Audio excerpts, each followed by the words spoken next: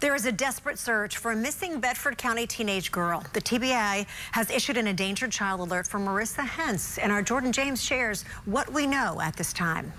Marissa Hentz has not been seen since Monday, prompting the TBI to get involved.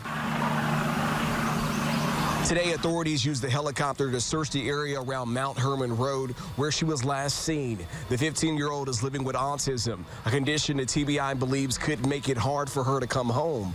The Bedford County Sheriff's Office have not revealed if they suspect anything criminal could have happened or what occurred leading up to her disappearance. As the search continues, her father took to social media pleading for her return in a statement saying in part, quote, "This is my baby. This is the worst feeling of my life. I can't stop shaking. I need God to give the investigators all the wisdom. We need angels to surround her and keep her safe."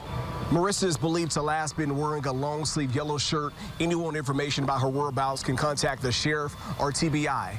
Reporting in Bedford County, Jordan James, WSMV4.